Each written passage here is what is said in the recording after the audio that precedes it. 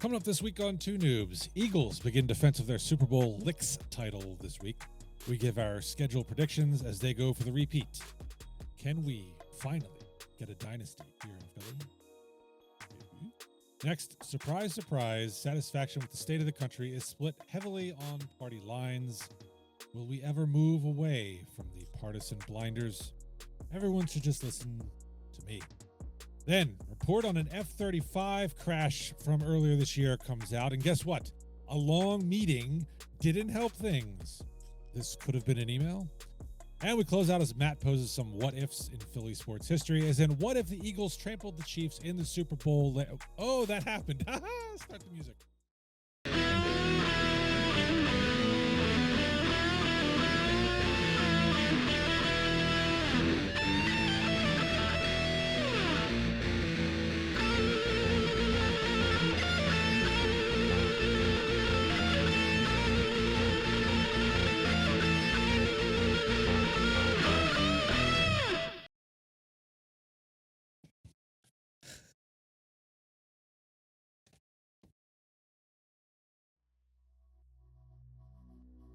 Back.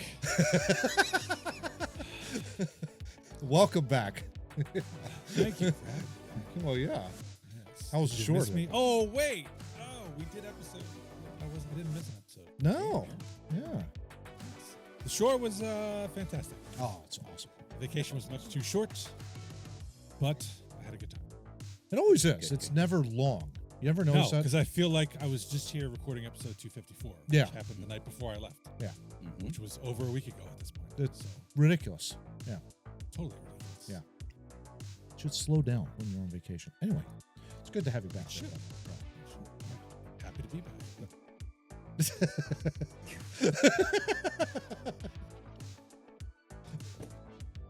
It's all laundry at this point anyway. It always is. Yeah. Oh, man. Well, that's actually an interesting point because my wife was complaining yesterday to my mom. We shared a rental with my parents. And she was complaining yesterday after we got back. She texted her. She's like, oh, I got all this laundry to do now. This isn't vacation. I'm like, you would have had to do laundry regardless of what we did for vacation. Yeah. Yeah. Yeah. Because we had to wear clothes. We were naked. Even if we didn't go anywhere, we would still be doing laundry. One question for you, Steve. Did you go to Rustia? I just wanted to know. Did you go there? I didn't because I've never heard of it. Well, apparently it's in the world somewhere. I'm looking everywhere. I can't find it. I'd like to be able to try and visit. We'll find it by the end of the episode. Oh, that's okay. It's All right. probably a small town in Cambodia or something. Right. Yeah.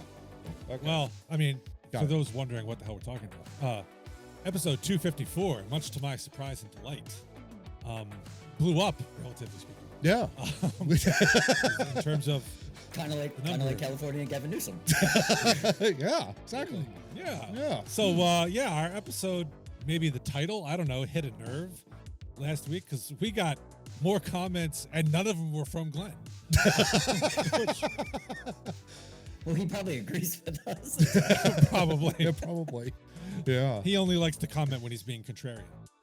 Yeah, but exactly. yeah, but we got a load of comments last week's episode, and yeah, we It's kind of like, made some people angry apparently. yeah, sorry. I guess we're sorry. but we're also not I'm sorry. not. Yeah, exactly. Sorry, not sorry here. You know. Apologize for what? Speaking the truth. Yeah. I got this to say about comments. One of them was like, "Oh, more. What was it? Maggot." And Yeah, we're maggot, MAGA, whatever. Yeah. Yeah. Tell us. I still can't find my hat. So I need a hat. Look at Oh, us three magas here. Tell us you don't watch the show without telling us you don't watch the show. Yeah. Yeah. Just saying. Just saying. Yeah. So, fact check. Boom. Stand. Boom. And then second, it's okay to disagree with us. We don't care. No. You can have a differing opinion. That's what started this show. We Yeah. get differing opinions, but if you don't want to look dumb, at least explain your rationale for disagreeing instead of criticizing Matt's hard work on Premiere Pro, for God's sake. I know. Like, seriously. Yeah. It's a labor of love. He does over this here. for you. Actually, no, Does it He for doesn't me. do it for you. He does it Does it just for because he me. likes to mess with Premiere Pro. Yes. Yeah. Yeah. The obsessive compulsive disorder. It's not He for likes to have people, fun. trust me. Yeah, right. So while we appreciate the comments, we want to engage in conversation. Yeah. Let's keep it civil and Yeah. explain yourself. Don't just exclamation points and Oh, that kind of stuff. see, now that's the thing. I think you're going to poke the bear. You're going to poke that communist bear. They're going to do all kinds of exclamation points all over the place. I'm going to put it over on this sentence and on that sentence over there. I think it really my calls for only it right here. My only request, you've got a phone and it's got a lot of emojis. Just if you want to Phil. be mean to us, just use the emojis. Yeah, please. It'll be more fun, like Yeah. snake, Yeah. bear, Mhm. that kind of thing. Yeah. Yes. I think we've got a bunch of narcissists lurking, Mhm. if you know what I'm saying. Yeah. So, that's one. There you go. I'm going to get one for each comment that was left last week. There you go. Oh, man. Anywho, I think even though we're not discussing him this week, we should have Gavin Newsom in the title. See if that Yeah. off again. I don't know how he would fit into it. He's a walking, talking douchebag. So I mean, if you want to talk about him, we can. Yeah, I don't know how My he would opinion fit has in. not changed. I don't know how he would fit into an Eagles season preview, though. That's the only problem. Unless they go 4-13, then we can blame it. He's probably a Cowboys fan. Yeah, maybe. LA Rams fan, maybe. We I'm sure do he's a play him Cowboys this year. fan because he's got that sleazy kind of, Yeah. Agreed. ickiness to him. Yeah. All right. I'm back from vacation. Let me introduce folk. That side, That guy. because I put him on that side on my screen, so I could remember which side. That would be Justice League, John Tracy. There you go. Over here, we've got Marvel stooge, Matt Craig. Nice. Marvel's the best. Marvel's the best.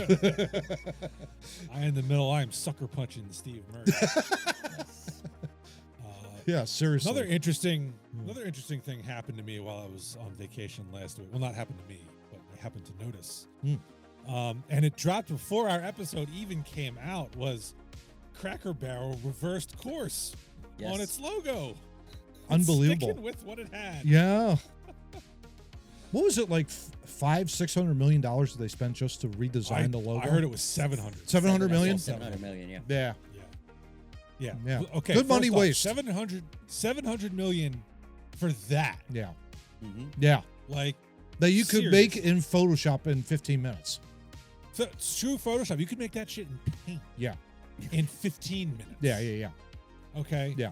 That was just so bland and boring and dumb. Secondly, why the hell are you paying somebody $700 million and not one person is like, you know what? I got an idea. We go with this. It's not going to be a good idea. I got an idea. Let's throw this in the trash. How about that? That's a good idea, right? That's a good idea. Now pay me $700 million. Right? Yeah. Yeah, seriously. Like, I get there are very smart marketing people out there. And companies change logos all the time, and nobody throws a hissy fit. But the same formula doesn't work every single time. You have to look at context and your demographic and all those other things. And then you decide, oh, this classic logo that's been around for years and years and years, we are going to go the complete opposite route of complexity and just go mustard yellow with Cracker Barrel written in it. They had the You paid $700 million for that. Are you serious? right down right down the drain. They had, I think there was like a local news broadcast had interviewed the original owner of Cracker Barrel. And it was really, he's 93 basically, and just sitting on his top of his mountain of cash, and he's just sitting there kind of going, no, this is as bland as you could ever think of, like so out of touch. I felt sad for the guy because it's like 93 and he's sitting there watching his beloved company kind of just, you know what, we're going to flush this amount of money down the drain because we're thinking we're going to go after the modern audience. And that hasn't really worked, or that didn't work at all. It's just a damn shame that happened to that brand and that restaurant and whatnot. Yeah. Well, Glenn did leave me a comment, but it was in text form. Oh, What are you saying? Because he felt the need to text me a picture. He was at a Cracker Barrel yesterday. Oh, there you go. Good for him. And I guess we drove him to it since he listened to the episode. Nice. He said, since you don't think anyone comes here. I don't remember if we said that. I made fun of their food. I know that. Yeah. Yeah. And I said it might have been a while since I had been to one, so I think. And I said I don't remember if I said it or not. I've been to one once and I didn't find it very good. No. He claims they were already fans of the barrel, a good hearty meal at a good price. There you go. And I responded. I was like, I ate there, and I'm like, Nah. I don't get it. He said, is it great? No. But they have rocking chairs outside in a nice country store where you can buy circus peanuts while you wait. Plus, you'll definitely leave stuff. They do not sell circus peanuts. At least I don't recall ever seeing the real circus peanuts. Yeah. Spangler is the only circus peanut brand for you. Mm-hmm. But yeah, $700 million. There you go. What's this world coming to? What's going All right. on? Yeah. Speaking of $700 million, Yeah. I wish we were making that kind of money. Yeah. Yeah. But we're gonna do the Dubby Energy Fun Fact anyway. Brought to you by Dubby Energy Drinks. Visit them at their website dubby.gg or download the app to your phone. If you use our promo code 2 Noobs Talking, it's TOONOOBS Talking. None of the commenters from last week are allowed to use it, but if you use it, you get 10% off your order. If you're like me, you're not a fan of caffeine, but you got to stay hydrated, bro. So why not go with Pine Berry Splash? Pine berries are a unique strawberry that tastes like strawberry with notes of pineapple. Excuse me. Dubby added just the right amount of electrolytes without compromising tastes. So you can drink this any time of the day and actually enjoy it. Their words. Oh, there you go. You get $3.50 off a $35 tub if you use our promo code. Again, the commenters from last week are forbidden. John, I think you had the fun fact this week, right? Yes, sir, I did. I missed pre-production because I was sunning myself on the beach. Just his balls, nothing else. It's a little known secret. All right, the fun fact this week is Alaska is the only state where you can see all three North American eagles: the bald eagle, the golden eagle, and even the stellar sea eagle. That, Matt, you'll love this, that sometimes strays from Russia. Oh, And that's spelled Russia. Oh, that's Russia as like a how you spell RUSSIA. Yes. Got it. Okay. Yep. Got it. Okay. So that's the Never only heard of place- that one. Yeah, apparently it's a thing. I didn't know. I only thought there were two, and then it said three, and I was like, interesting. I'll look that up later. There you go. But yeah, all three eagles in the same state. That's awesome. Only place you can see them. That's really cool. That's Very awesome. nice. Yeah, nice. Very nice. I'd love to visit Alaska, but my wife hates cold temperatures, so probably not happening. Well, what you need is like to encase her in lots of coats, and I think she'll be all right. It doesn't work. It doesn't work? It doesn't work. What's her core temperature? What's going on there? Anyway. Like 30. I know. 2 Noobs road trip to Alaska. There you go. There you go. Woo! There we go. All right, Matt. Again, I missed pre-production because I was sunning myself on the beach. So you have the over 40 for the week. Yeah, I do. Tell us about your bitterness. Yeah, well, the bitterness really comes from the NFL. As we're celebrating, of course, a new NFL season. The NFL decided to partner with Nike on a brand new set of jerseys, only one time worn this year, thank God, for the NFC West teams and the AFC East teams, called the NFL Rivalries. And these are what they look like. I have a short little movie here. This is the 49ers jersey. Wanted to get Looks like a Bengals jersey. Yeah, a little bit. Yeah. I mean, I like the gold, but we had like That's gold? Mm-hmm. Yeah, something like that, maybe, or could be urine. Oh, if I zoom in 100 times, I can see it. You can see it. Yeah, exactly. So that's the 49ers. And then you've got, if it decides to move, there we go. You got Buffalo. So this is Bill's Mafia. Everything is white. And I don't know why. To remind you of the minus 40 days when they have, blizzards in Buffalo. Frequently do. Okay, so when we're playing them up there, which they'll probably wear this jersey, we won't be able to see them. Oh my God, that's going to be awful. That's it. It's camouflage. I knew it. Yeah. All right. Then this is Arizona. That looks like the 49er one. Yeah, it also looks very dirty. But this is by design, apparently. That's actually on the jersey. Yes. It's not your Yes. horrifying Mac computer. No. No. That is legit. Yeah. Yeah. So I don't know what was going on there. Although, you have the Arizona state flag okay, that's pretty cool. But I mean, sandstorms. Also, why are there no sleeves? I don't know. Don't know. It's a good question. Here's the Jets. Okay, moving on. Not much to say there. Here's the Patriots one. We are all Patriots written on the collar there, back there. I didn't realize they had moved to North Carolina and become the Tar Heels. They might be missing Bill Belichick a lot there. I don't know. That kind of a deal. Here's the Miami Dolphins, which, by the way, the Dolphins colors, the helmet that goes with this jersey is also black. I'm trying to. The Dolphins ever worn black at all? Apparently now. Right.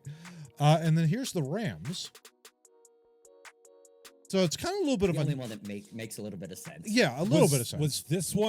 Was this one created by the same firm as the ones who redesigned Cracker Barrel? Because this is very bland. Yeah. It also has a little bit of Vikings in it. Has a little purple in there, a little bit, like right along here. Although that might be blue. Who knows? Well, maybe this is like the City Connect ones who are like, let's take color schemes that have nothing to do with the team we're representing. Yeah. Make them in there. Yeah. And then finally the Seahawks. This, from what I understand up here on the shoulders, is basically the sound verb, the waves or whatever, because of how loud the fans are. So they decided to put acid rain to me. Yeah. Which would make more sense if it was. Right. Yeah, exactly. So, I mean, that's pretty much it. But you want to go back to the top here. Everything all together. Actually, I don't get it. I don't understand what's happening to the NFL. I don't get it. I take back what I said about the Patriots in North Carolina. That dude looks like looks like Jared Goff playing for the. Yeah, a little bit. A little bit. Yeah. Yeah. I'm not so certain what's going on here, or why this is happening. Whatever they're trying to hit, they're missing. I mean, yes. Yeah. This is just I don't know. Look, let's just be real about what's going on here. The NFL wants people to buy more jerseys. How do you do that? You release new jerseys. Yeah. As ridiculous as they are, there are going to be numbskulls out there who buy this. Yeah. And including those who live in Roostia. You never know. I mean, that Patriots jersey is very popular there, I hear. It's very popular in Detroit, where, right. Oh, goodness. So, yeah. Exactly. So we will continue to yell at cloud because yes, we see through your schemes, NFL, and those are hideous. And we will not be partaking of them, except for John. Yeah. When the Eagles release theirs in 2 years, and he'll buy one. There you go. There you go. Speaking of the birds, topic 1. Yeah. Eagles season is finally upon us, although the preseason seemed to go by really quickly this year. I didn't watch one iota of preseason football, and I never do because it's pointless. Yeah. Especially since the Eagles don't play their starters, which I still don't pick with that, even though I understand the rationale. But as we always do here on Two Noobs Talking, we will predict the win-loss total for the season, the 2025 season, in case you don't know what season we're talking about. And we've all made our selections. Matt has put them in a tidy little table that he's going to show us now, right there. Bam. Yeah. A little off cue, but that's okay. The magic of editing, right? We'll put that in there timely. So yes, we are going to walk through the schedule, see where we differ on wins and losses, and whoever wins at the end of the year gets a pat on the back or a kick in the nuts. We'll see. Yeah. All right, so Matt, why don't you take it away? This is your favorite time of year. It is. I love it because you're coming off, of course, the Super Bowl championship game. I forgot to mention that. Yes, Super Bowl champion Philadelphia Eagles. That's right. So you're entering the 2025 season. question at the top of the show, is this potential to repeat? Well, we'll see. I guess we'll go through it. But we open the season, gentlemen, against the Dallas Cowboys at home, minus one Micah Parsons, who was traded by Jerry Jones for a couple of first-round picks and a defensive tackle. A Pro Bowl defensive tackle 5 years ago. Yeah. But yeah. All because he doesn't want to pay his stars. Yeah. Yeah. It's really amazing. That stadium costs a lot of money. I can understand. Jerry Jones, may you live forever, my friend. Yeah. May you live forever. Please. Well, Please. may you ever live forever. Yeah. Although I think if here is supposed to be like 83 years old or something like that, so no, has much time left. But Question: does he have a child who's going to take over the team when he dies? Yeah, his son. Yeah, he's the idiot that's running the team now, technically. Oh, okay. All right then. We got a legacy going. Yeah. Sweet. So speaking of that, we have 2 wins and a loss. The one loss I know is with Steve. It says there on the table, and I think I know the reason why. It's because the starters didn't play any preseason games at all. That's not that could factor into it, but that's not the main reason. I don't have good feelings about the home opener. Oh, okay. Oh, why? The vibe is not. Yeah. Yeah. Okay. All right. Yeah. Yeah. Is it Well, just? I- Is it the I can banner? Is it like what is it? Is it the banner being raised? Is it like, oh my God, if they don't beat the Cowboys in the home opener, the opener of the entire season, the whole season's done, that kind of a deal? Or like, I'm trying to understand the rationale behind the L It's here. my natural Philadelphia self. We can't have nice things for long periods of time here. And I just, you're raising the Super Bowl banner and there's going to be all this jollity. And I just feel like that's the type of game in Philadelphia where we go out and lay an egg. It's just the way I see it. Too much partying and all that kind of stuff. And Too much partying. Yeah. We haven't even gotten into kind of discussing, our thoughts for the upcoming season. Yeah. John's got the Darius Slay jersey on. Letting him go, I think, was okay. I think it was the absolute right move. It's just, I think it was the absolute right move because he missed large portions of games last season, and we showed we still could do without him. I think the bigger problem is you then let the backup to Slay also walk out the door, Isaiah Rodgers. Yeah. So the second cornerback spot really scares the crap out of me because nobody has stepped up to claim that. Yeah. That's fair. Agreed. And That's fair. so I'm worried about the home opener. That makes sense.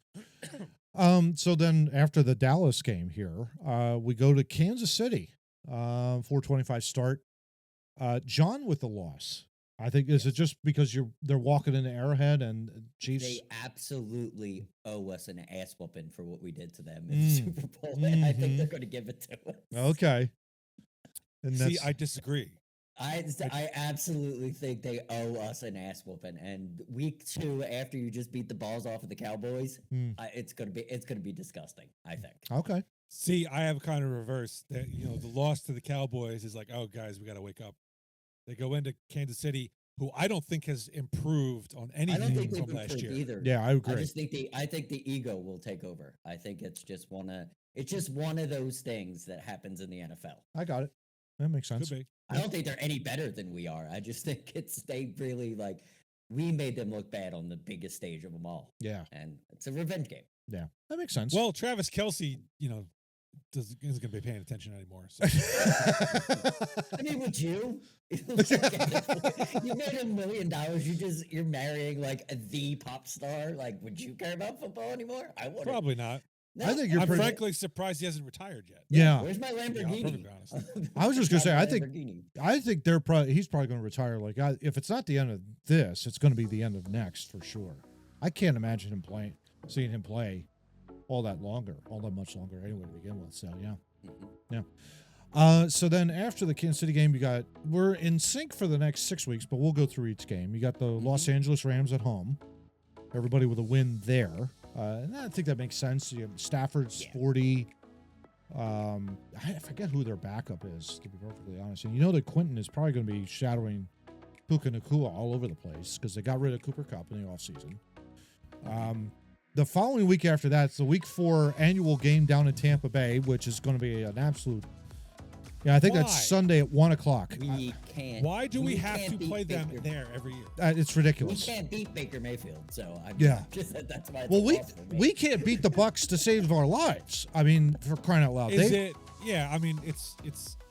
I think it's more Todd Bowles than anything else. Yes. Yeah. Yeah. I just Todd Bowles. think. Yeah. Mhm. They have our number. And that's the reason why I'm so glad that I forget. Oh, yeah, the Commander. Yeah, that's right. Washington beat them down there last year and did us a huge favor. Because otherwise, I think we would have played them in that divisional round. Then it would have been, that kind of a deal. So it would have been awful for us. But Yeah, fortunately, but would it have been there or home? it would have been here in Philly. Okay. So I'm just pissed that we always seem to play them down there. because I think the Yeah. Heat. I think the Heat also has something to do with it. Oh, yeah. We always Little play bit, them down yeah. there, and it's hot as balls. Yeah. I don't know. 100%. Yeah. Yeah. I agree. So then you have the month of October. Wins all the way straight across the board for the Broncos. Everyone's favorite team to do much better this year than last. And then the Giants, two of Yeah. the next 3 weeks in between sandwiching a Vikings game in Minnesota. So it's Denver at home, at the Giants, at Vikings, and then home for the Giants before the bye week. And we're all 4-0 in that block of games, slate of games, guys. Thoughts there? I mean, this is, I think, the softer part of the early part of the schedule, I would Yeah. think. That's the only reason I have the 4 wins is because it gets a little easier. Yeah. You're not facing good teams. They don't have a quarterback in New York, so Yeah. Yeah. they don't even have a run game. They don't even have an offensive line. Jalen Carter's just going to eat for 4 straight weeks. So Yeah. You got a nice, well-timed bye there, week 9. I love the bye at week 9. I honestly think that what they should do is half the entire, the buys should be at week 9 and 10 for everybody across the league. None of these early or late buys. That's just my argument there. I'm But glad we got I have we no got problem this with bye. yeah, I'm glad we did Yeah. so. Mhm. Coming off the bye, though, you're going to a Monday night game in Green Bay. Steve with the win, while John and I have the loss in Green Bay coming off the bye. I would think for me, the reason why I picked an L would be you're going to Lambeau, and I think it's going to be raucous there, and you've got Micah, who I think will be nullified by Lane, but it's an up-and-coming Packers team that, were decimated by injury in the wild card round when we faced them last year. But I think they're going to be much better this year. I just have a sneaky suspicion this is going to be a tough one, especially coming off a week of not playing. That's just my rationale on the loss. Mine is very simple. They're looking at the Lions, Mm. and they lose, and then they lose to the Lions because they're looking at the Lions. They're looking ahead. Yeah. And I think the Lions are even better than they were last year. So I just think I don't think it's going to be a blowout either way. I think it's going to be very, very close games. But I just can see bye week looking at the Lions, then you lose to the Lions. I got it. Steve, rationale for the win in Green Bay, is it because of the week off, or is it something else? They have the extra week of preparation, and then the Packers just don't scare me yet. Okay. Yeah. Not yet. I mean, maybe over the first couple weeks they'll show me something, but Mhm. at this point in time, I'm not ready to crown them and have the Eagles lose to them. So That makes sense. I'm not worried about that. Mhm. That makes sense. So then coming off the Packers, you're home Sunday night against Detroit. John with the loss, as he mentioned before. It seems like a look ahead, see. Mhm. Matt and Steve, though, with the W's for the Mhm. Lions. I think it'll be interesting to see because, you don't have Ben Johnson there as the offensive coordinator. You don't have the defensive coordinator, Aaron Glenn. They were also decimated by injury. I think the loss of Ben Johnson is really going to hurt the Lions. I think it'll be, especially the early part of the year. It'll be interesting with Campbell being in there. This was supposedly going to be the NFC Championship game that we all thought was going to happen in Detroit, and it did not happen. I think they could get got there. I really do. I don't think they're as good as many people think, although I love the fact that they are doing much better, and they're not a laughingstock anymore. I think we're going to show to them why we won the Super Bowl that game, and it'll be against the Lions. I think it'll be a distance game there for me. I actually had this originally when I was doing my list to send you. I had this as a loss, and I changed my mind because I'm like, oh, they're at home, so it's not like if this was in Detroit, I might have put them down for an L, but it's at our place, and I still don't believe in Jared Goff yet. Despite the record last season. So I had it as a win. Yeah, there you go. And then on a rare, Two Noobs first here, the Cowboys. In Jerry's world, everybody has a W going across the board. John and I with the sweep of the Cowboys. Sorry, Glenn. I just don't think, by this point, I don't even think they're as good as they were when we beat them the first time. Yeah. Yeah. Dak's probably out by this point. You know what I mean? Like that's my win there, just knowing they're gonna implode. Yeah. Like they do every year. So having this after the 2 losses, of course this is gonna be the run where they just, like they did last year, where they just beat teams where it's by halftime you're like, man, it's 30-12. Yeah, at the half. Now it's 40-12. All right, I can go get a sandwich. That was pretty much last year, and I think it's going to repeat itself. I would agree with that. Steve, any thoughts there? Devontae's open again. Yeah, it's the vibes I have for opening night are totally gone by this point. Yeah, we spent them. We just roll them. Then you have a rare Friday night or Friday afternoon game, kind of a Friday matinee, I guess you could call it that. 3:00 start. Against the Bears. Why? Weird that they would put a Friday night game, the Eagles against the Bears. Okay. I don't What a get perfect team to get that Yeah. Sunday game. Sunday game to Friday. You don't need a lot of time to prepare for a shitty quarterback. So, I mean, yeah. they'll play base defense the whole time. Yeah. And they will still win the game. They'll probably play Tampa too, and that'll be pretty much it. And then the following game after that is Monday night in Los Angeles against I can't believe I'm saying this, the Los Angeles Chargers. It still should be San Diego Chargers. That's just my that's my over 40 rant.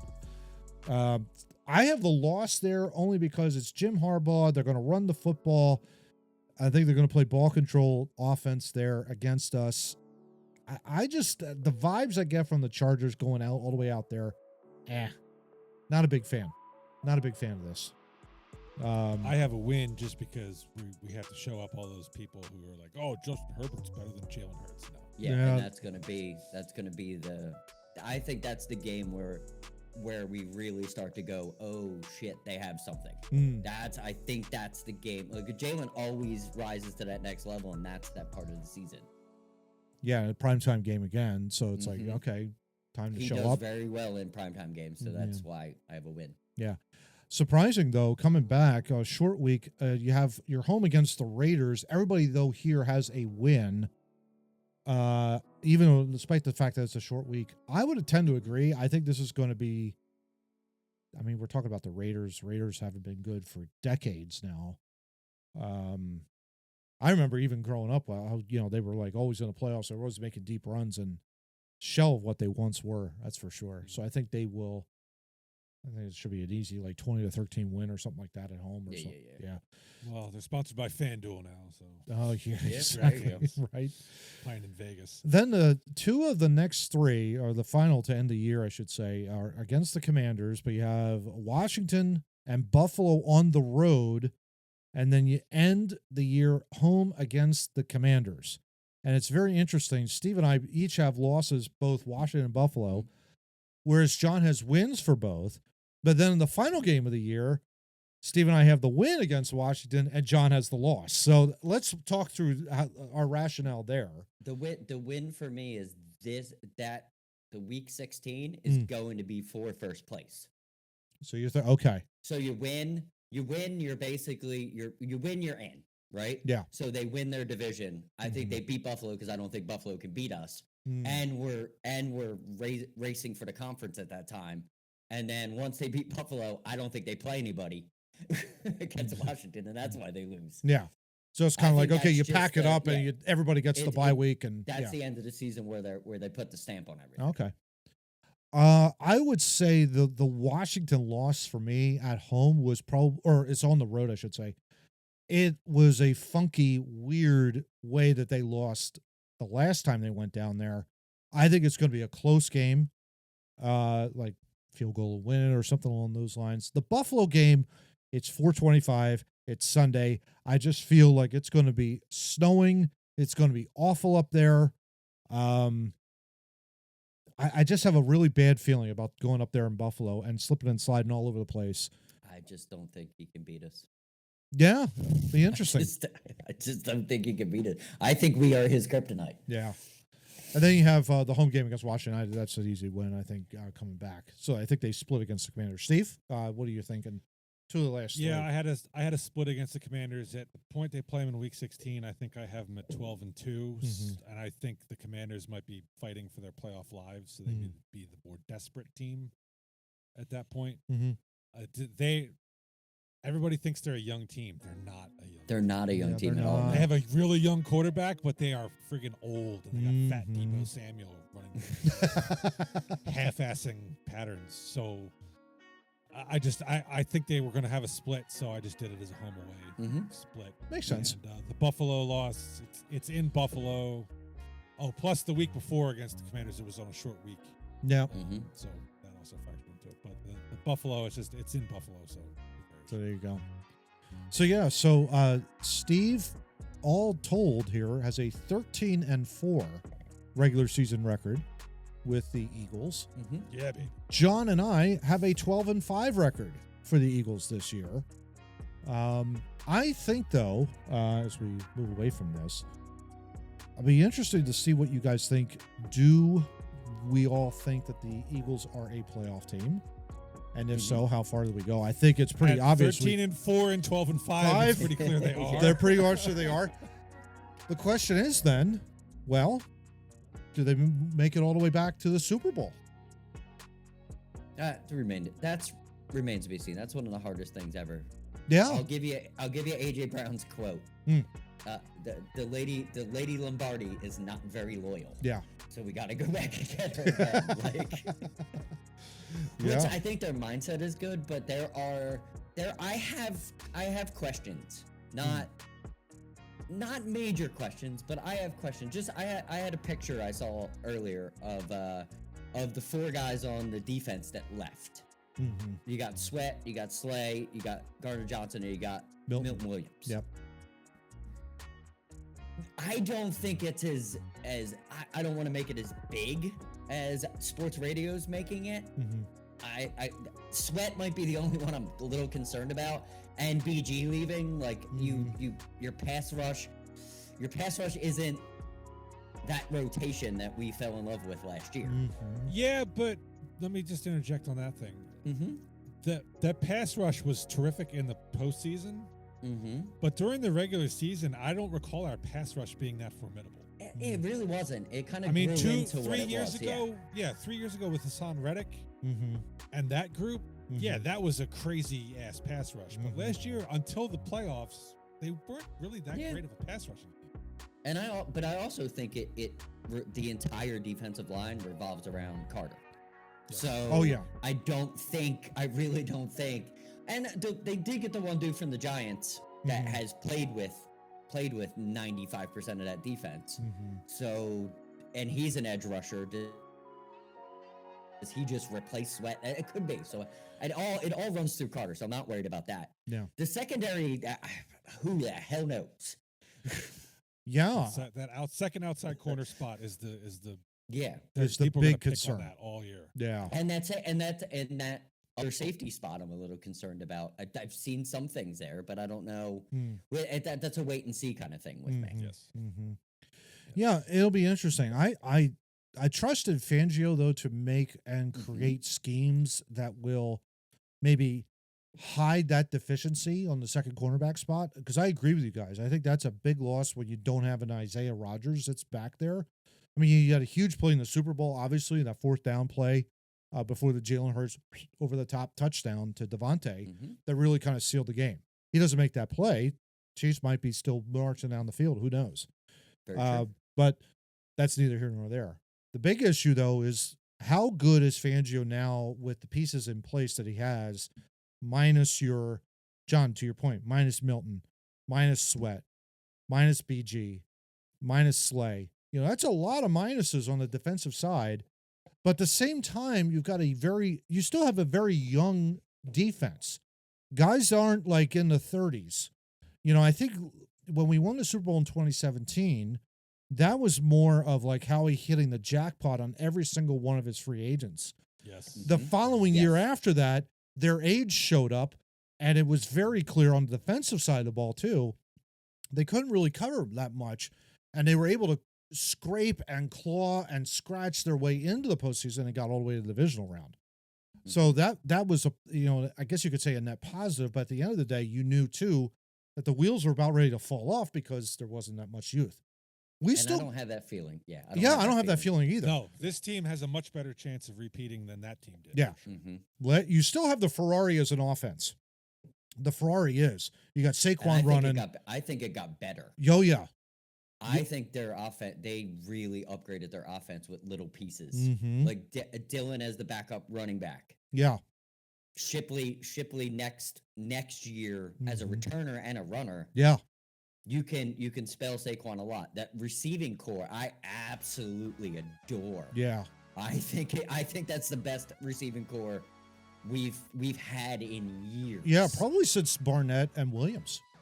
That's not saying a lot, but down to the fourth receiver, I feel. Yeah, it's probably their best receiving core ever. Yeah. Yeah. I don't feel like, oh well, it's just going to be AJ. It's just going to be Devontae. Like I think it's going to open it up to 4 wide receiver sets that you have guys that can run routes. I'm not talking like explosive speed or anything, but Dotson and I can't pronounce his name. The inside are tremendous route runners, so I think it just gives Jalen way more options. Yeah, and then you have the Super Bowl MVP who could throw a deep ball as the best of them, basically in the entire NFL. Probably the best deep passer in the league, I would argue. Overall, I haven't heard much from Mr. Murray. I know he was on vacation, but Steve, what are your thoughts there overall? If they can stay healthy, I think they have a good shot at getting back to the Super Bowl. I don't think the NFC has caught up yet. The difference, I think, is that I don't think it's going to be the Chiefs representing the AFC. I think they lucked out getting there last year, and I think this year we're going to see somebody different. And whether we can beat them or not is going to be the real issue. Whether it's Buffalo, whether it's Baltimore, Cincinnati, one of those teams. So I think we've got a very good chance to get back to the Super Bowl. I'm a little hesitant on whether we can bring it home a second year in a row because there's some mighty good AFC team. The AFC is absolutely the powerhouse conference at the moment, and they got some really good teams over there. So Yeah. that'll be a scene. I mean, we play the Chiefs again. Obviously, we're bringing home the second Super Bowl.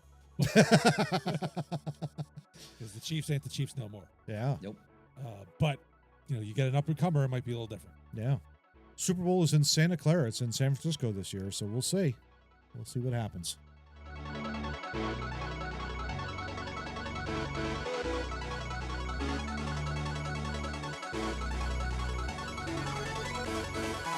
Okie dokie. As you can see, John has decided not to support the Eagles for the rest of the year. It's over. It's over. It's over. Oh, he did keep a hat, but he changed it, so it's no. Yes. And Matt also tossed his hat aside. This is the best logo in sports, and they better bring it back full time. Oh. It is pretty cool. I will admit to that. Yeah. Oh, it's the best thing ever. Yeah. True. Love it. True. All right. Well, since I wasn't wearing Eagles paraphernalia because I generally don't for the season preview, I have stayed in my same clothes. So as not to confuse the viewer. There you go. That's not true. He got naked. It was weird. I just wanted to show off that I made it through the week without getting sunburned. There you go. He has a tattoo on his shoulder that says, if you comment on my podcast, you're a douche. I don't know if you saw that. I always get sunburned it's either the first day of the vacation or the last day because I get careless on one of those 2 days. Oh, So yeah. This year I managed to avoid it. There you go. I'm very self-satisfied. Well, and the other thing too is I think you also had like terrific weather. It wasn't overly oppressively humid down there. You know, that kind of Correct. You know, Correct. so that And I also hear that streaking is now illegal in New Jersey. So, he's a law-abiding citizen. So. that's true. That's very true. This is true. Yeah. All right, moving on to topic 2 to get the thought of me running naked out of your heads. Ugh. Less than 1% of Democrats. Less than 1% of Democrats say they are satisfied with the direction of the country, according to a new Gallup poll. Matt's love affair with Gallup continues. Woo! This is the lowest level of satisfaction among Democrats in at least 25 years, according to the polling, and it comes at a time when Republican satisfaction is near record high levels. Gosh, who could have predicted that? The survey found the split between Democrats and Republicans on this is its widest since 2001.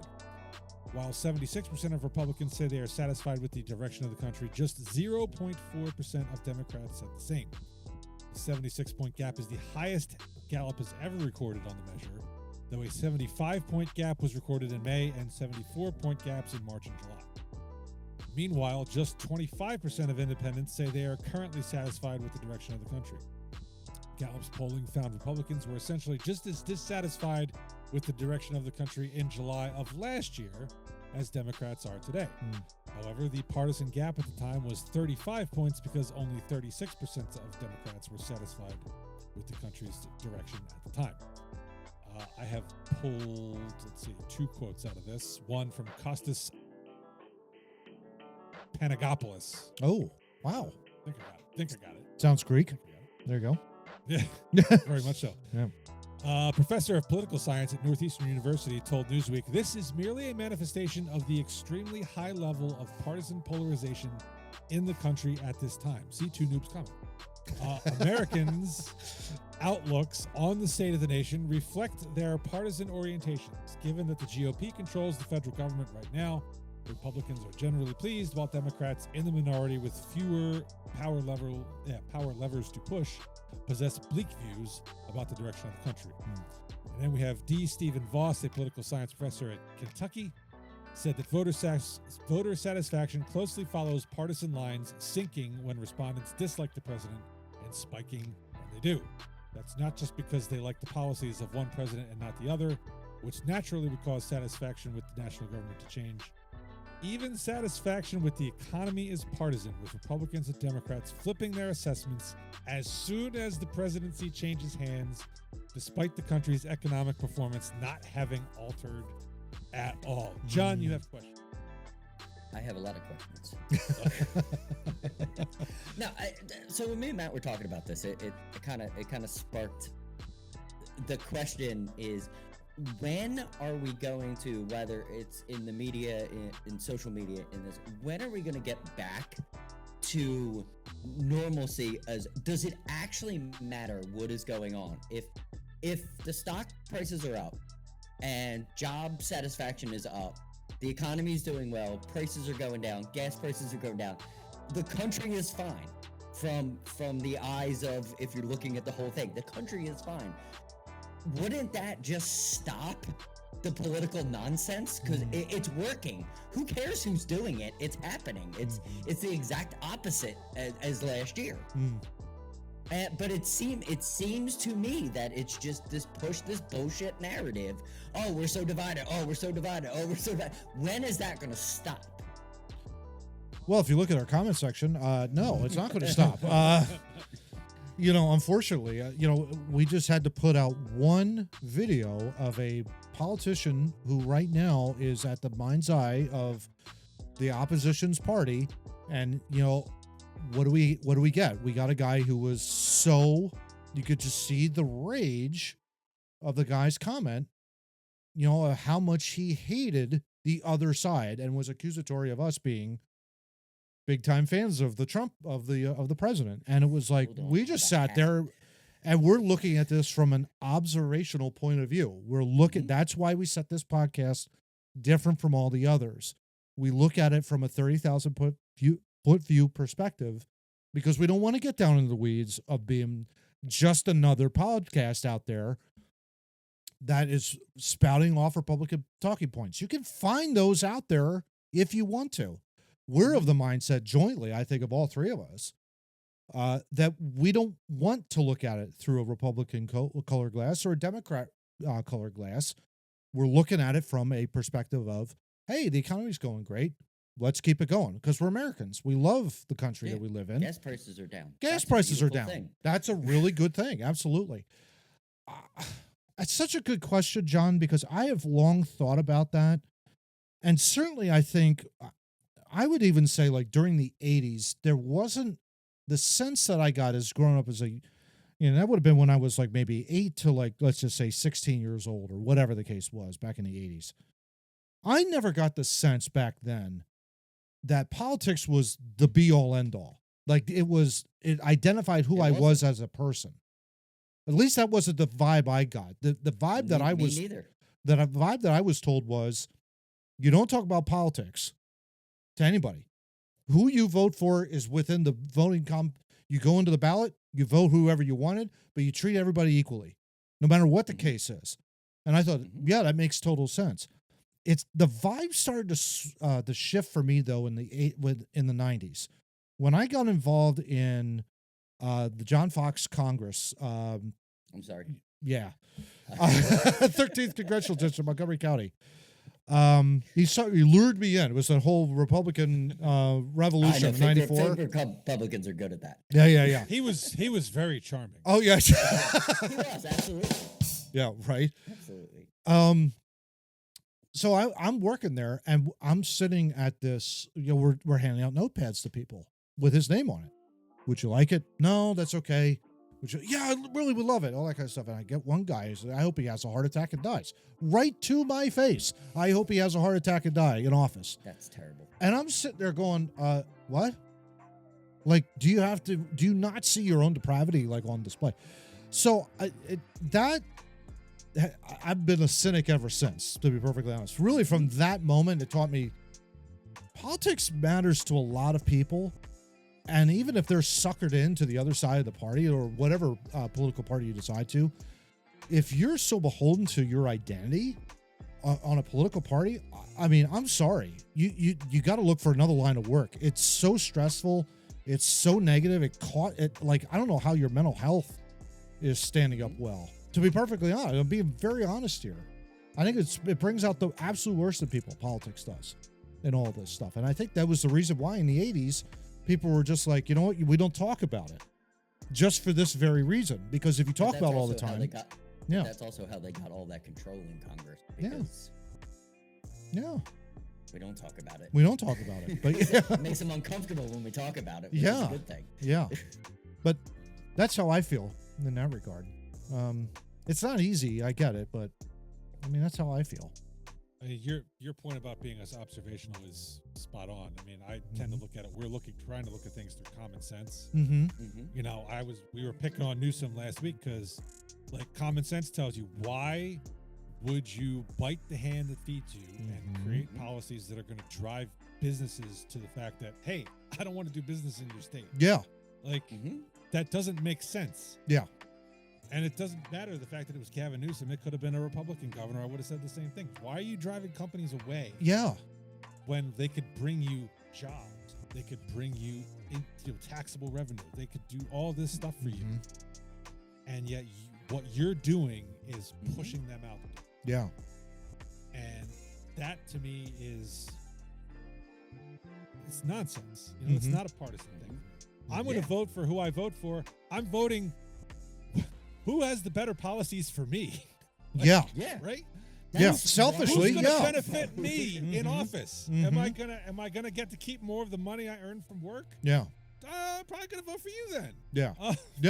Is the money you take from me gonna be spent on something that's not stupid? Maybe I'll vote for you. That's the kind of thing, and I think people get lost in this. And I hope every president does well. in terms of lifting up the nation, right? Like, if shit hadn't gone to hell under Biden, I wouldn't be sitting, if we had the kind of things John was talking about under Biden, be like, okay, cool. Yeah, you're doing a great job. Yeah, I don't like we're doing you, but fine. You're doing a Great job. Exactly. Just keep going. Yeah. The reflexive, we can't support this, and it's Trump is really kind of the key figure in all this, because there's the Trump derangement syndrome. Oh, yeah. Yeah. He can do no right. So even if you supported something 2 years ago, if he says it now, oh, that's terrible, it's stupid, because Trump supports it. And that reflexivity is just a bad attitude, because first, you look like a hypocrite for changing course. Oh, yeah. Just because of who said it. And second, because if you want something to happen, why should it matter who gets it to happen? Yeah. Right? Like, Yeah. just stop it. A great example of this, too, is Obama. I really think Obama, too, in 2008, when he won the election, silver platter, obviously, as the first African-American president, made history in the country of being the first African-American president in the country's history. That was a long time in coming. Should have happened a long time ago, but it was a long time in coming, and thank God he did. The problem, too, is you look at it from the Republican side of things was, okay, you first of all, John McCain wasn't going to win. Anybody you could have thrown up there wasn't going to win against Obama because of the way he ran his campaign. It was an expertly run campaign. But then on top of that, it was like there was Obama derangement syndrome from a lot of the Republicans as well. Absolutely. There was a lot of that going on. And it was like, okay, I can understand it to a point, but when you like launch and like personal attacks on a guy, you never even met the guy. Like, I'm sure I could sit down and have a beer with Obama. It would be great.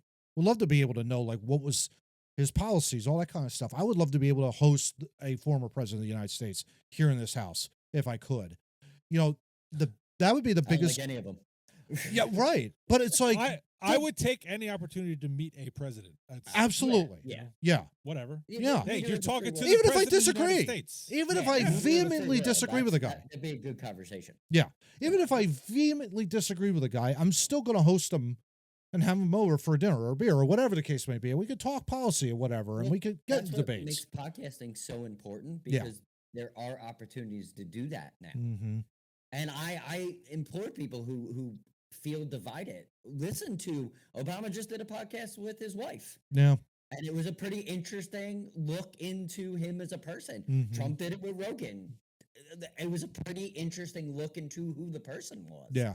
Like they're out there, and they like, you can bridge this gap is what is my whole question is, can we? You can, if you can just take your tribalism out of it. Yeah. It's not the story I wanted to tell you guys is something I learned in 2021. I used to have a large group of people that I would talk wrestling with all the time.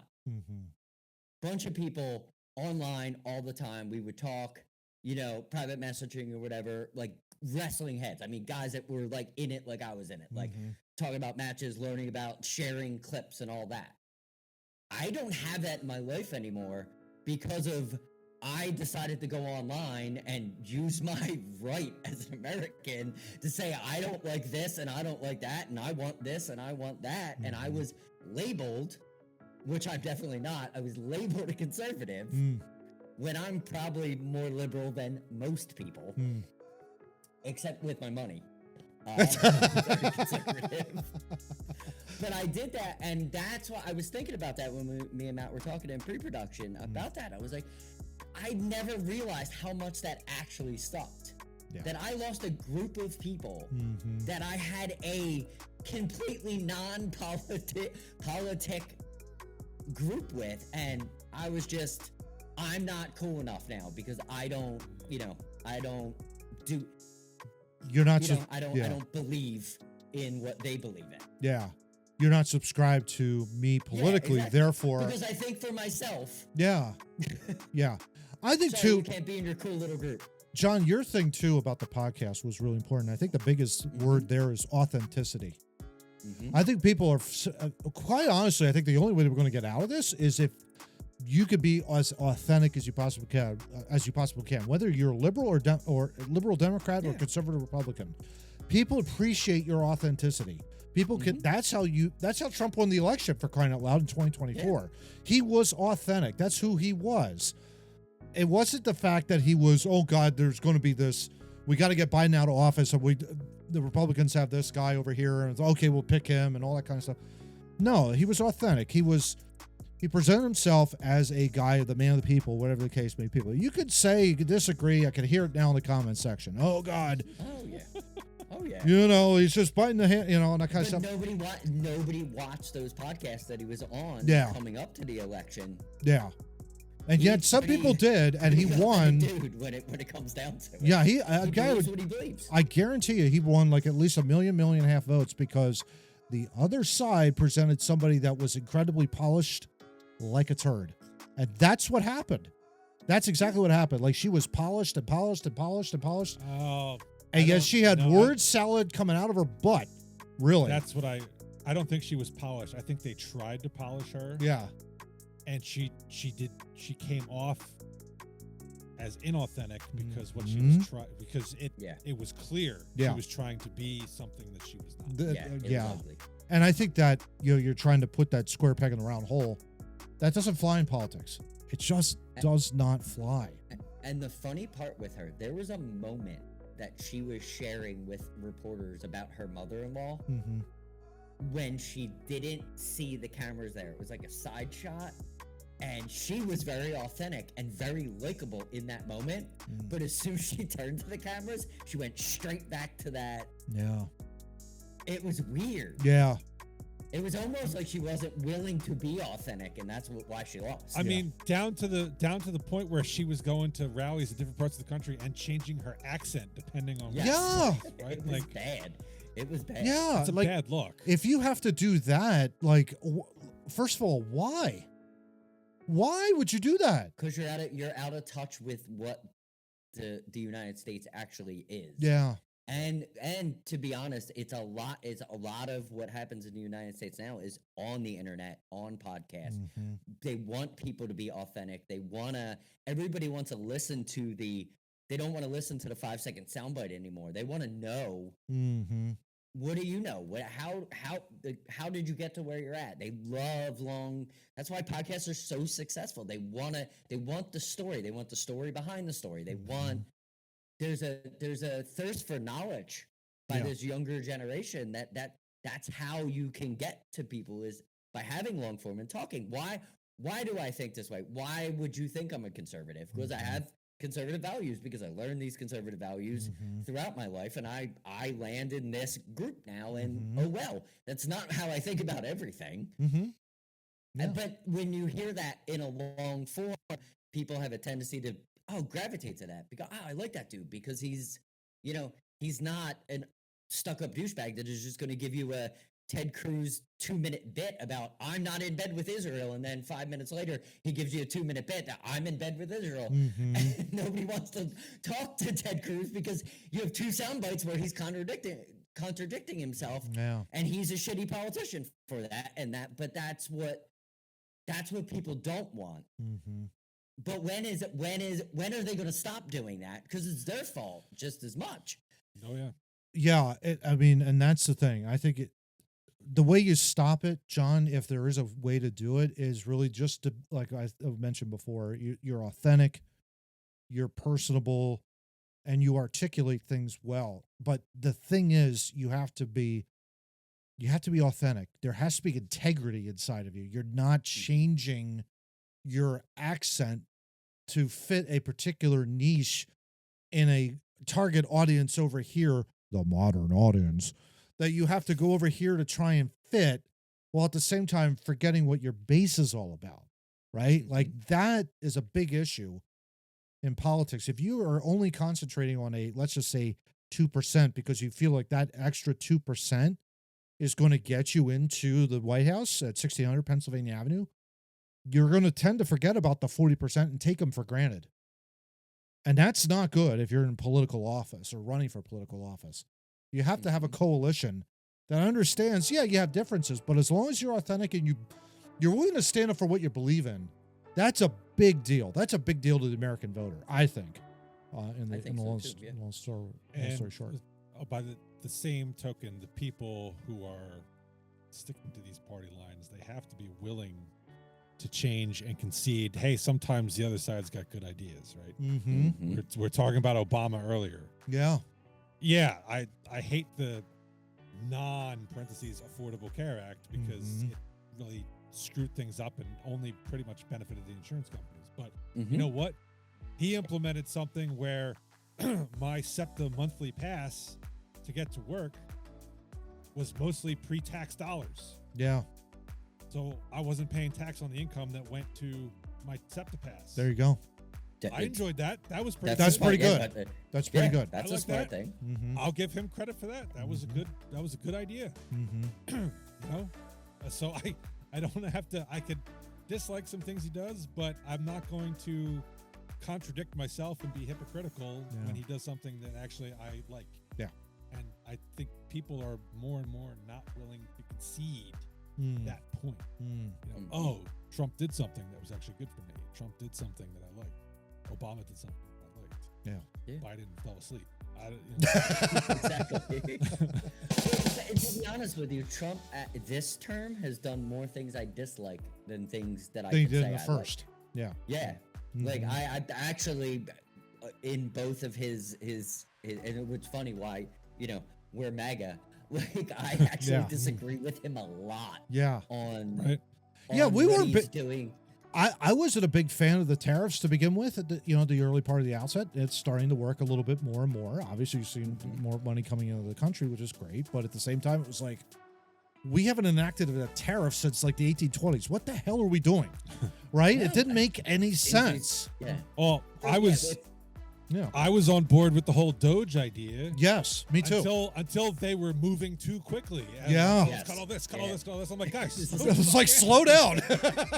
And my biggest thing is I've had conversations with a couple of people that live near us that are our friends with the immigration. How stringent it was in the beginning. They've backed it off now and like things are good, but it got fucking hairy. Like half of my friends were gonna be deported. You know, like oh, I lose my whole friend group. Thanks. It's like, what's going on down there? So I was really, I still disagree. I still don't think the administration handled that properly. I understand getting, you know, thugs and terrorists and that kind of things out of the country. You could have handled that way easier instead of, you know, causing cities just to be under fire for no reason that quick. Like you can't. This country's been shitty for a long time. You can't just rip the Band-Aid off. Is my point. To the whole thing. I hear you. Yeah, I hear you on that.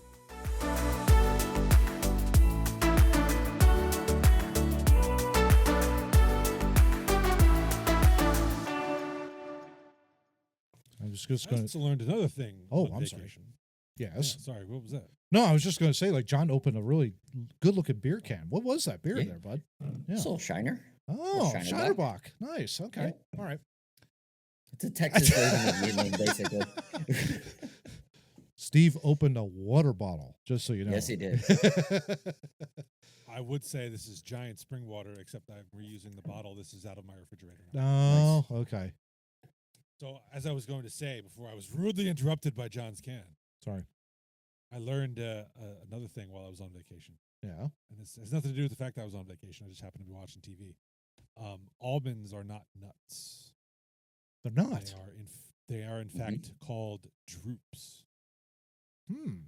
So of course I put that word to good use on vacation. I would trudge into the ocean and say, "Oh no, my droops are freezing." I will kick you in the droops.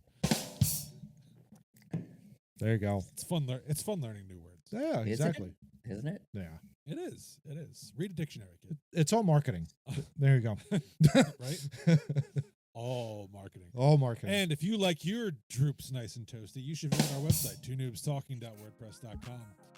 There you can watch us free of the hassles of YouTube, even though it's pumped in from YouTube. You can watch episodes going all the way back to 140 of our fine podcast. We recommend you commenters do that because you might learn a thing or two. Yeah.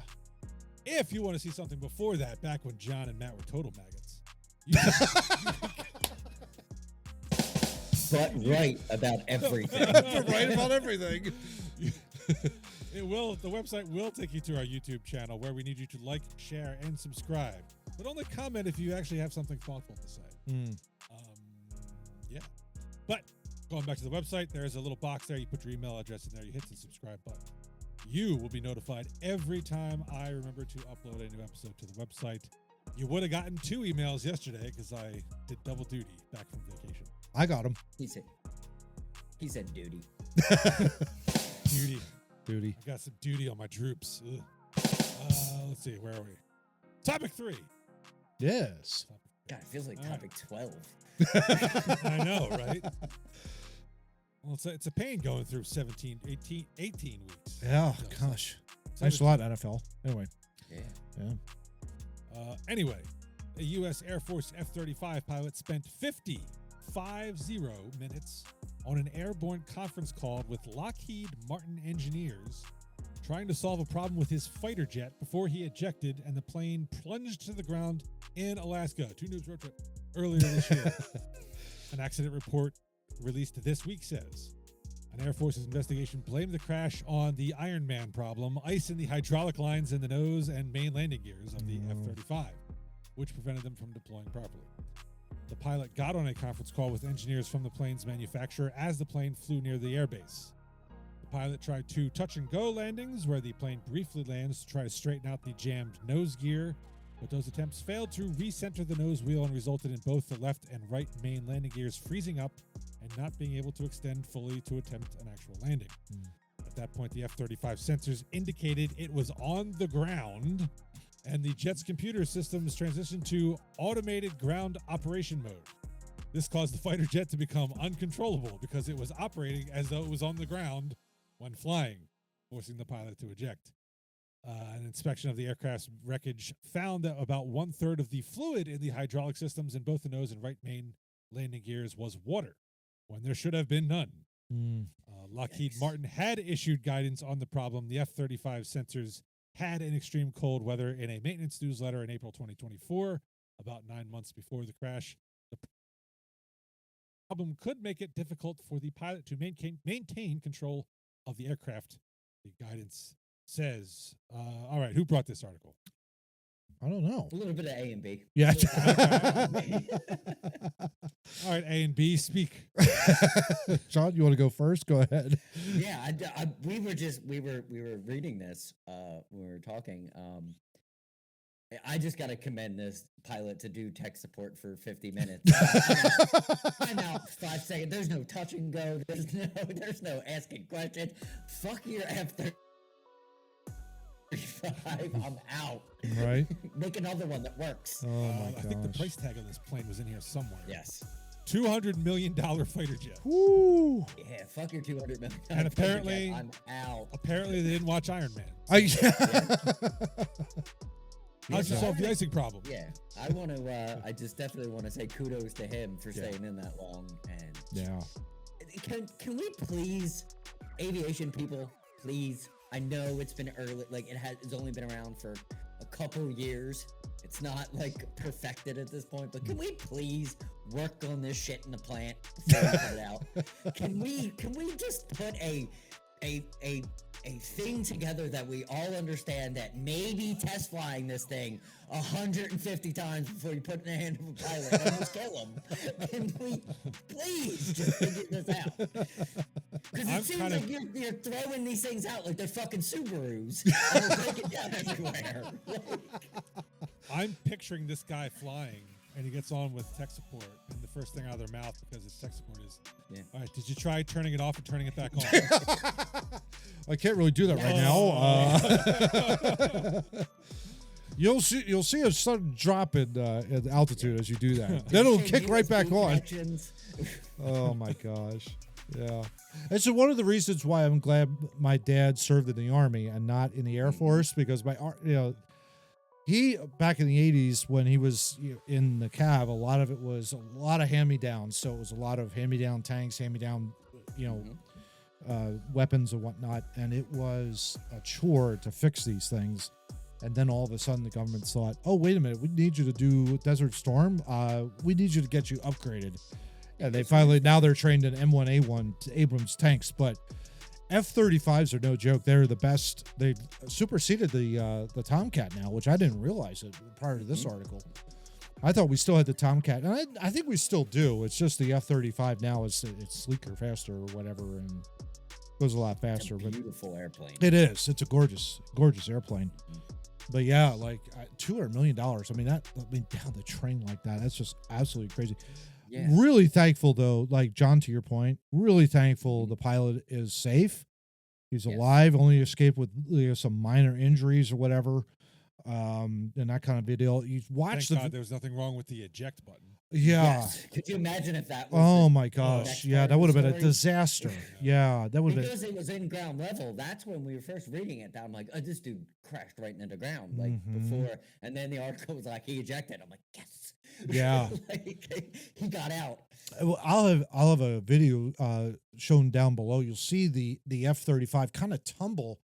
It is the most bizarre looking video. It's like it's tumbling ass over tea kettle out on its way down to the ground, and it blows up obviously as it hits the ground. But you see that I think the pilot's there later with his parachute. But yeah, it's the most damning thing I think I've ever seen. And the whole time it's going, I'm on the ground. I'm on the ground. I'm on the ground. No, you're not. No, you're not. What was I need to do this flying thing. What was hilarious though about this entire thing, I think that's why we put it in the weird file. This is a 50-minute conference call while he's flying the airplane. It's like, yeah, we got this issue over here. Please, they need to release that in the media. Oh my gosh, can you imagine? That's got to be classified, I would imagine. Touch that button. Yeah. That well, didn't work. and Touch that button. Oh, that didn't work. Yeah. Microsoft Outlook said, could this be an email instead? Control Alt Delete. No, that didn't work either. I get out of the plane. Send. Yeah. I understand you want to get out of the plane. Here are some reasons why you want to. Thanks, ChatGPT. Here's some nice resources on how to eject. Typically, there's this red button called eject. You just press it. But yeah, so I'm you really should watch a James Bond movie. That too. No, I'm really happy this pilot survived and was everything okay. God but he was able to get out of it. Yeah. But wow. That originally sounded so bad. Oh yeah. So bad. Oh yeah.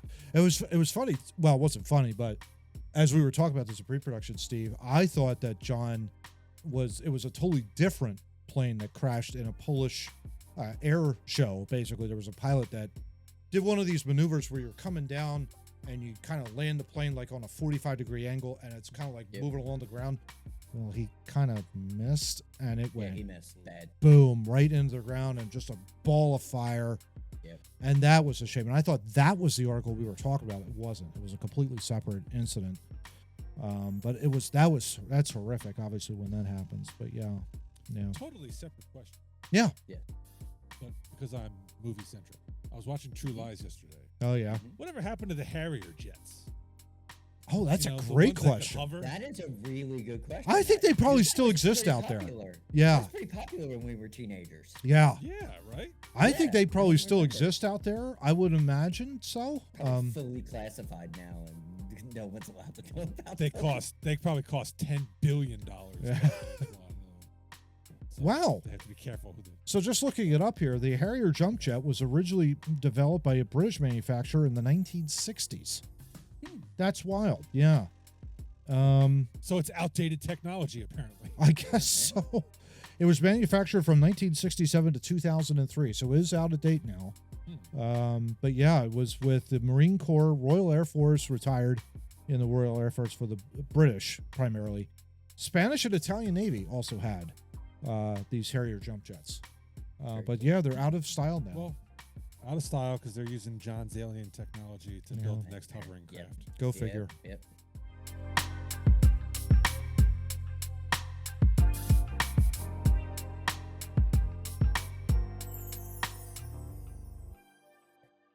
right, I am changing the Wikipedia entry that Matt was just reading.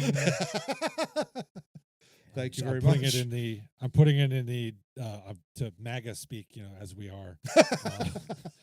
Harrier jets were the greatest jets. A lot of people saying it. Yeah. Very good. They love very it. spectacular. They love it. They love it. It's They love spectacular. Harriers. They love hovering. Hovering over your enemies is one of the most intimidating things you could do in war. Good. Oh, man. And on to topic 4. And that got some, that was playing around with things. Yes. I guess. Yes. Trying to rewrite history so you got to keep time machines out of his hands. Yeah. Because Yeah. he's going to go back and trip Oh, yeah. Tampa Bay people running down the field. Yeah. Joe Juravicious, we're looking at you. Yeah, exactly. Yeah. That puck never went in. And He's got a plexiglass wall behind Michael Lake, mm-hmm. 2010. Yeah. All right, so what do you got for us, Mr. Matt? Well, okay, guys. So I have like a what if scenario. Obviously, it's a sports related theme today, but I just kind of wanted to give you guys a couple of what if Phillies sports scenarios. See what would After happen. we already healed from all this. Yeah, exactly. Right. Drudge up those horrific memories. The old memory I have here, it's Eagles related. First of all, 2019 playoffs or 2018 season, 2019 playoffs. Alshon Jeffrey going across the middle, fourth quarter against the New Orleans Saints. Ball hits him right in the hands. He drops it. Costs the Eagles the game. They lose the game in New Orleans, 20-14. Let's say they win that game in New Orleans. They upset the 1 seed after coming in and beating the Bears. They would have then faced the LA Rams in the NFC title game in Los Angeles. Do you think the Eagles win that game and go on to the Super Bowl? They would have faced New England if that would have happened. It would have been a rematch. If Alshon makes the catch, what do you think? Dead silence for 5 minutes. That's great. I don't think they were the team to beat that year. So No? I think, Yeah. no. I just don't think Yeah. they were. Yeah, I just don't think they were the team to beat. Mm. I mean, they squeaked by Chicago. Should he have caught the ball? Yeah, Yeah, absolutely. he should have caught it. Yeah, obviously. But They squeaked by Chicago on the double doink. mm-hmm. Mm-hmm. You then have to rely on a comeback with Alshon making that catch Mm-hmm. in New Orleans. You, LA's defense was pretty good. Really good. Yeah. yeah. You know, they held. What was the final of that? That was the ridiculously boring Super Bowl. Yeah, it was like Yeah, 13. Actually That was, watched in a Boston Oh. airport bar. God, that was brutal. Just, Yeah. just, I remember that's Jim bad. Nance on the call saying, wow, that punt's like the longest punt in the history of the Super Bowl. I'm thinking, if that's the highlight, we're in trouble. That was the only. Yeah. Nothing wrong with Jim Nance. It was a great call. But if that's the call we're making, oh, Lord. Yeah, I mean, at that point, Matt Patricia was out as defensive coordinator, right? Because he went to the Lions job after we beat him in 52. Yeah, I think so. Yep. Yeah. So they had somebody competent on defense. Mm. Then, I think they either lose to LA or I think they lose to New England. I don't think I'm with John. We were not the same powerhouse that we were. Were in 2017. That's in fair. 2017. All right. Yeah. That's fair. So we can absolve Alshon of the sin of not catching that ball. I don't think that. I'm just saying, AJ would have caught it. Well, AJ on that team, maybe we're talking a different story. Yeah, Yes. exactly. Yeah. Yes. All right. How about the Phillies? Take you back to 20. No, nothing. Absolutely. It better not be Joe Carter. Happened back to 2010. So you have Ryan Howard Better up not be at Chase Utley. Ryan Howard's at the plate, 2 out. They're down 1-0, right? Of course, he swings, grounds ball, blows out his Achilles. He's done. That's 2011. Oh, it's 2011. Thank you. Yep. Yeah. All right. So they're playing against the Cardinals. Let's just say he hits the home run to tie. Maybe they go on to extras. Do they beat the Cardinals at that point? And I forget who they would have faced in the NLCS at that point in 2011. I'll pull it up here real quick. But what do you think if Ryan Howard hits a homer in that game? That would have been 2 outs, bottom of the 9th, by the way. Brings Citizens Bank Park up to a raging, Bedlam at the bank type of thing. What do you think? Was Adam Wainwright out of the game at that point? I would say that they would have played against Milwaukee, by the way, in the next round. So they probably would have beat. The Brewers. and then you're probably facing Texas, and that's when Texas almost won the World Series back then against St. And Louis. we hit well in that old ballpark, Mm-hmm. in that old Rangers ballpark. Chris Carpenter was the pitcher you're thinking of. Oh, Carpenter. Carpenter, yeah. Mhm. Mm-hmm. He went up against Carpenter was Halliday. out of the game. Yeah, I believe Yeah. Carpenter was out of the game at that point. I'm looking it up here. Okay. I think if Howard hits the home run there, Mm-hmm. I think with momentum you can win that game. Mm-hmm. But our offense was so anemic at that point. Mm. That was don't- yeah. Now. I don't know that you win a World Series with that offense. Mm. Okay. John, do you agree with that? Yeah, that was a very free swinging offense. There wasn't a lot of plate discipline. Wheels were falling off at that point. Yeah. Yes. Yeah, exactly. Like the wheels were definitely falling off at that point of a good run of a World Series, a back to the World Series, tough loss. Mm-hmm. 2010 good season ends badly. At that point we get to 2011, the wheels are falling off. Yeah. They're definitely starting to fall off then, I'm sure. Yeah. Obviously when he gets hurt. Yeah. But yeah. I appreciated Ruben's effort to really put together one of the best pitching staffs we've ever seen. But Mhm. he did it at the expense of not upgrading an offense Yeah, that was you could clearly have given us slipping. one less pitcher and maybe someone that had some plate discipline. Yeah. Right. Right. I mean, correct me if I'm wrong. Hunter Pence came in 2010, Mm-hmm. and then they shipped him out in 2011. Yeah. if I recall correctly. Yeah. Mhm. Everybody thought he was the next big thing. I remember when that trade went down, everybody was like, oh, man, we got Hunter Pence. He's really good. And Good ball player. yeah. Not a great ball player, but a good ball But a good player. one, Definitely yeah. a guy you need to win a championship. Oh, yeah. Oh, yeah. I mean, that 2011 lineup, we were fielding what? Ben Francisco. Mm-hmm. Yeah.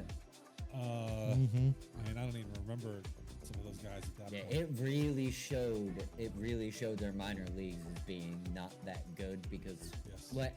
as you see this, the better teams, they're replenishing we were at the wheels were falling off. Yeah. We had no prospects and all of our prospects are already on this roster and they're all old at this point. Mm. Right. Yeah. That's good. So Ryan Howard, we absolve you. And you know what, dude, you were, with the weight you were carrying for Oh, your yeah. team and the fact that you were fat. You probably should have thrown your Achilles a long time ago. Right? Looking good now, by the way. He's looking nice. Oh, he's Yeah, looking. he looks Yeah, great. he looks Great shape. amazing. Yeah. he looks in great shape. Yeah. All right, this It was one. Great to see him at the Rollins Hall Yeah. of Fame ceremony. Yeah, the Hall of Fame. Yeah, yeah. All right, this one is for my fellow Men in Orange and Black host, my good buddy up there. 2010 Cup Final, my friend. Oh, come on. What if? did the exact same thing when he told me about this in pre-production. I'm But- like, but what why is if- that bad? They win Game 1. Does that change things in your mind? Absolutely. Hmm. Absolutely. Okay. 6-5, by the way. That was the Black Hawk. That was a back and forth. I remember watching that game. It was like, oh my God, play some defense, block a shot or something. 6-5. Yeah. Yeah, if they win that game, I think that absolutely changes Mm. the tenor of that series because now you have outscored Chicago in their own barn. Mm-hmm. And with Niemi, I mean, he rebounded in. I don't remember that we had grade A chances in game 2. Mm. So maybe the Chicago still wins game 2. Mm-hmm. But Yeah, that was 2-1, by steal the a way. game. Yeah. Yeah, 2-1. Good. And Ben Eager, I think, had the game 1. Anyway. Never should have traded him. Never should You have traded him. Yeah, they win game 1. That absolutely changes the outcome of that series. Hmm. Because now you've split in Chicago. You come home. Mm-hmm. You are the team of destiny. Instead of being 0-2, you're tied. Mm. You can do some things. And 3 of the next 5 are at the Wells Fargo. Yeah. You know?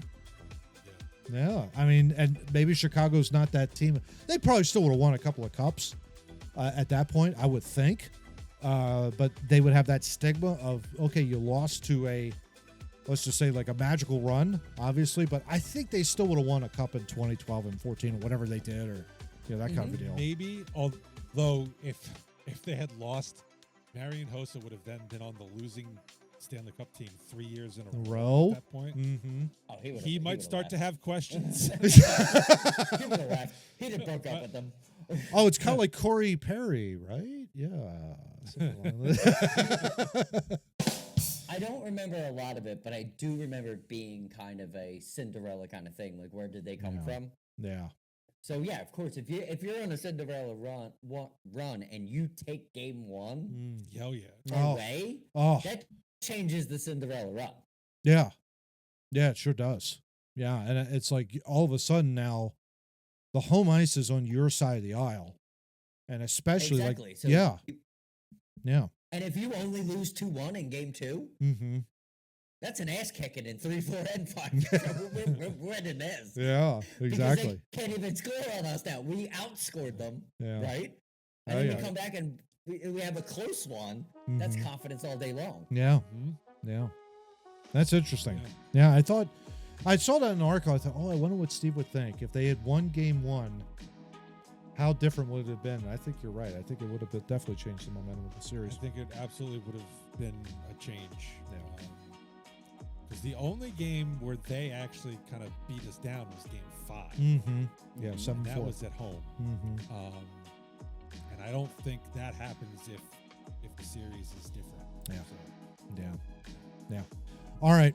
I have to ask it because, quite honestly, we don't have a pro basketball team in this town. Sorry, Jeff. I'm just telling you right now. My buddy Jeff at work. Because I think he's given up. Sucks. I think he's given up. What sucks is we can't give up this year because Milwaukee. I know. Yep. I know. Boston. I know. I know. This is the time. This is it. They're drawing us back, and we don't want to be involved. All right. I know. Kawhi's shot bounces out. Do they win? Yeah. No doubt. You're going doubt absolutely. on that. Absolutely. It was one of those Cinderella types, and we got beat by an absolute ridiculous trick shot that he couldn't make 9 out of 10 of those times. Like that, there's no way contestant like that put that ball that high up. Bounce, it's in. Then it goes in like that? I think it broke the team, to be honest. Oh, I think it did too. I think that's what broke the team. They weren't this lollygagging what we've seen the last couple years. Like that team was. You would have faced. That team was ready. You would have faced Milwaukee if that shot does not go in. Yep. And it would have been Milwaukee with the home court. They were up and covered. They weren't the Milwaukee of last year or the year before that. And just so you know, just for years, it's 2019. Yeah. Yeah, I knew that was 2019. Who was on Milwaukee? Let's see. Because the reason the series with Toronto was close was because they had Mark Gasol. Okay, so you had... And he defended Embiid well. Yes. You had Giannis, Ursan Silva, I think it was Eric Bledsoe, Malcolm Brogdon, Sterling Brown. Hey, Dante. DiVincenzo. But Giannis was pretty much it. So you plug him up with Embiid, you could probably work around that. Yeah. All right. So they get to the final then against Golden State. It would have been Golden State. And was that the year? Is that the year Durant tore his Achilles? I believe it was. Yeah. Okay, so you don't have Durant. I believe it was. Yeah. Because he tore it. I think did he tear it in the playoffs? Game 1. Game 1. He tore it at game 1 of the final. Oh, did he really? Oh, wow. Okay. I'm pretty sure it was game 1 of the Okay, yeah. Yeah, Kevin Durant was on the team, yeah. I mean, who does Golden State have that could defend Embiid? With Durant out, nobody. Yeah. I can't imagine there would have been, they would have gone all perimeter shooting, but... They were shooting 3. DeMarcus Cousins? DeMarcus Cousins, but I don't think that's a mismatch big time, so yeah.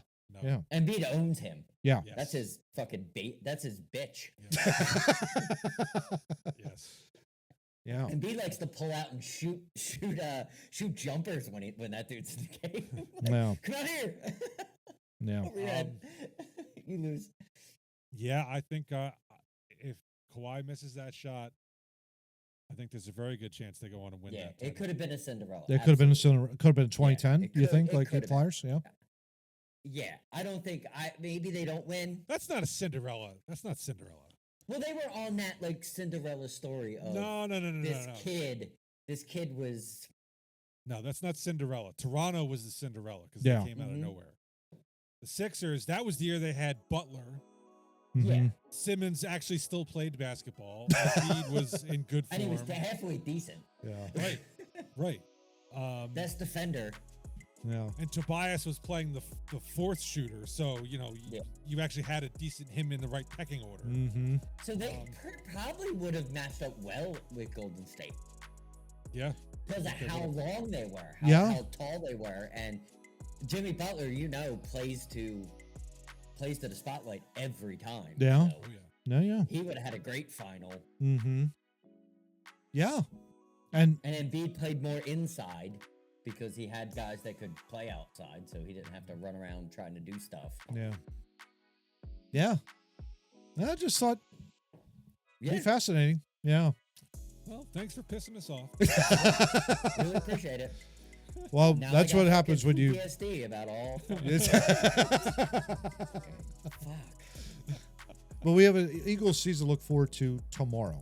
Yeah, and they better win me another Super Bowl. to They- make it Well, better. tomorrow for you, the listener, not for us. We still gotta wait 4 more days. Yeah, I know. Yeah. Yep. That's okay. I'm traveling a lot, so That'll go by quick for you. I'll forget. Yeah. We're going out to the bar tonight to watch the game. There you go. All right, well, thank you, Nat, for taking us down this wonderfully painful memory lane. Not a problem. And we will be back next week with episode 256 with more of our MAGA opinions. Where's my hat? Oh, Took a good. shit in it. At least I know where it is now. There you go. All right, but until next week, get out.